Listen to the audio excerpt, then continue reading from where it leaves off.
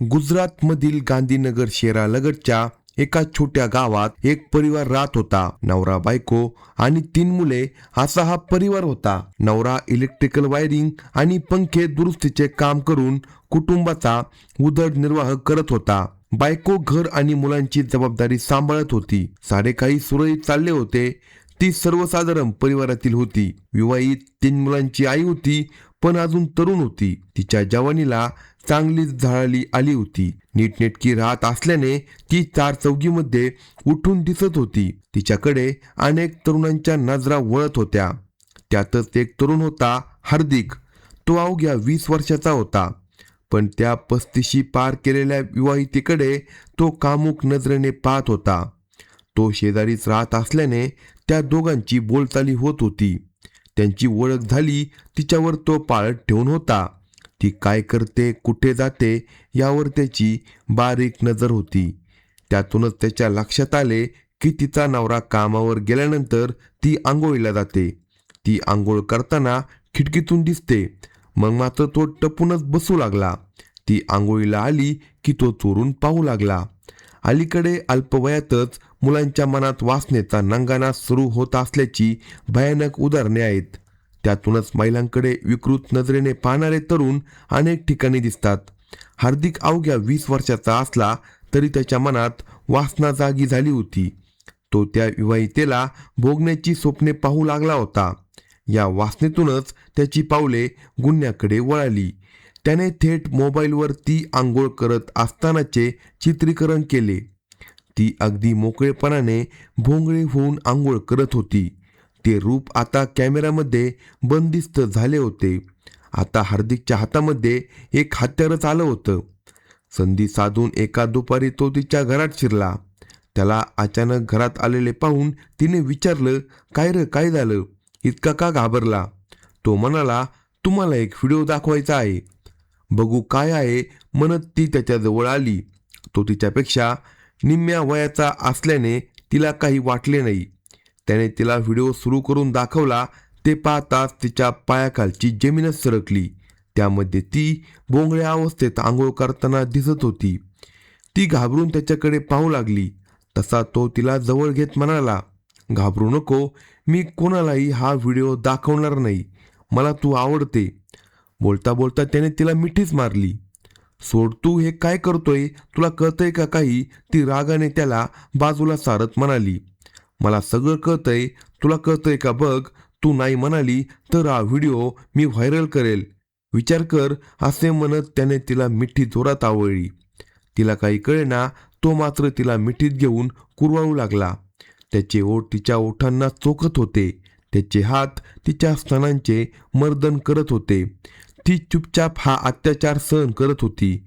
त्याला विरोध केला तर आपलीच बदनामी होईल, हीच भीती तिला गप्प राहण्यास भाग पाडत होती. तिच्या या भीतीचा गैरफायदा त्याने घेतला. तिच्याच घरात तो तिच्या अंगावरची कपडे बाजूला करून शरीर संबंधाचा आनंद लुटू लागला. ती अगतिक होती. त्या कवळ्या पोराकडून होणारा अत्याचार ती चुपचाप सोसत होती. वासना शांत झाल्यानंतर तो निघून गेला. पण त्याला याची चटकच लागली. ती त्याच्या जाळ्यामध्ये अडकली आणि तो तिच्यावर अत्याचार करत होता. तो व्हिडिओ व्हायरल करण्याची धमकी देत तिच्यावर वारंवार शारीरिक संबंधासाठी दबाव आणत होता. तर तिला समाजातील बदनामीची भीती, स्वतःच्या कुटुंबाची काळजी आणि सततचा मानसिक तणाव या सगळ्यामुळे ती बिचारी पूर्णपणे खचून गेली. पण परिस्थिती दिवसेंदिवस गंभीर होत गेली. तो संधी मिळेल तेव्हा तिच्यावर तुटून पडत होता. ती थकून गेली होती. तो दिवसभर तिच्या संपर्कात होता. तिला वारंवार मेसेज पाठवत होता, कॉल करत होता. एक दिवस ती कॉलवर बोलत असताना तिच्या नवऱ्याने पाहिले. आपली बायको इतकी घाबरून कोणासोबत आणि का बोलते हे त्याला खटकले. तिच्या तणावामागचं कारण काय हा प्रश्न त्याला सतावत होता. अखेर त्याने बायकोला याबाबत विचारलं. सुरुवातीला तिने गोष्ट टाळण्याचा प्रयत्न केला. मात्र तिने घडलेला संपूर्ण प्रकार नवऱ्यासमोर सांगितला.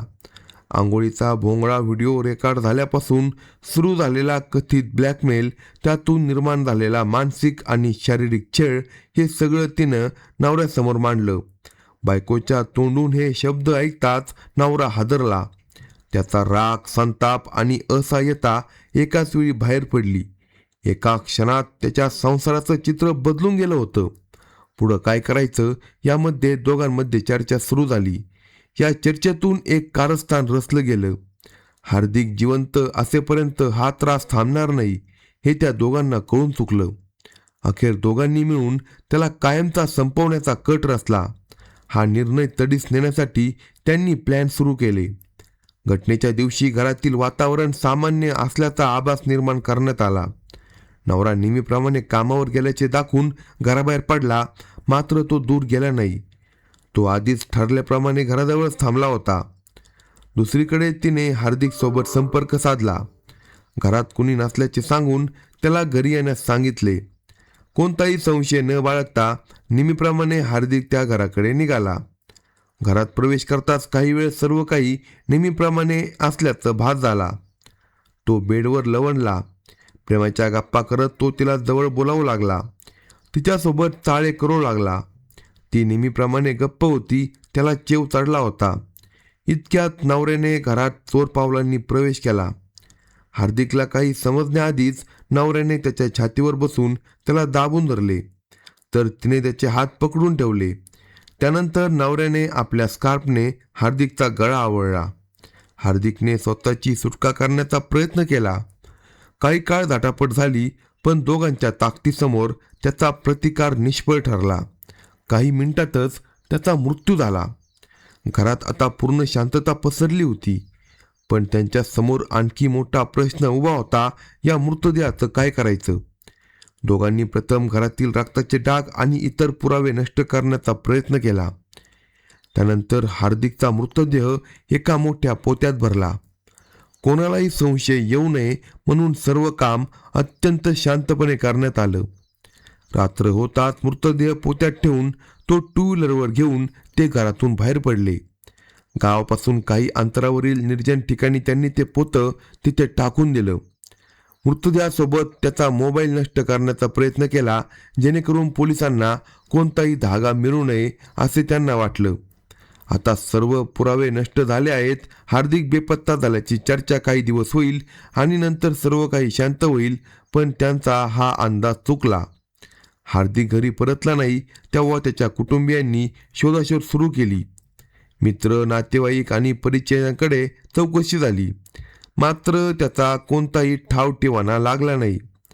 अखेर प्रकरण पोलिसांपर्यंत पोहोचले. पोलीस तपास सुरू झाला. सुरुवातीला पोलिसांनी हार्दिकच्या हालचालींचा मागोवा घ्यायला सुरुवात केली.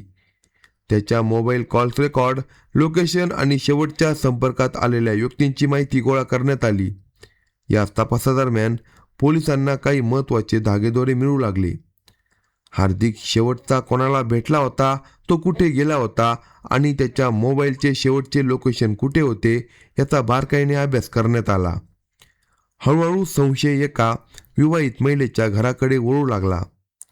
हार्दिकच्या मोबाईलमधील संपर्क, त्याच्या हालचाली आणि तांत्रिक पुराव्यांमधून तो घटनेच्या दिवशी त्या घराजवळ गेल्याचे पोलिसांच्या लक्षात आले. त्यानंतर पोलिसांनी त्या नवरा बायकोंची चौकशी सुरू केली.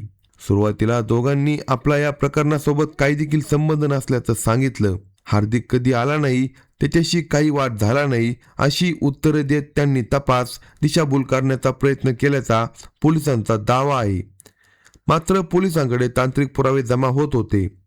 मोबाईल लोकेशन, कॉल डिटेल आणि इतर माहिती त्यांच्या जबाबासोबत जुळत नव्हती. तपास अधिक तीव्र करण्यात आला. स्वतंत्रपणे नवरा बायकोची चौकशी केल्यानंतर दोघांच्या जबाबामध्ये विसंगती आढळली. एका प्रश्नाला दिलेलं उत्तर दुसऱ्याच्या उत्तरासोबत जुळत नव्हतं. अनुभवी तपास अधिकाऱ्यांनी ही बाब लगेच ओळखली. संशय आणखी गडद झाला. अखेर पोलिसांनी वैज्ञानिक आणि तांत्रिक पुराव्यांच्या आधारे दोघांना पुन्हा चौकशीसाठी बसवलं. दीर्घ चौकशीनंतर त्यांची उत्तरे बदलू लागली. अखेर त्यांनी गुन्ह्याची कबुली दिल्याचे पोलिसांना सांगितलं.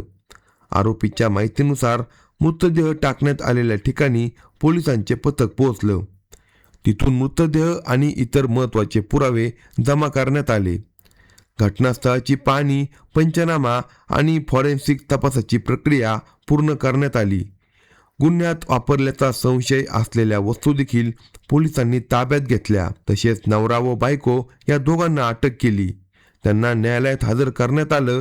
या प्रकरणाचा अधिक तपशीलवार तपास सुरू आहे. अशाच नवनवीन स्टोरी ऐकण्यासाठी कलम 302 या मराठी चॅनलला लगेच सबस्क्राईब करा आणि आपल्या प्रतिक्रिया कमेंट बॉक्समध्ये कळवा.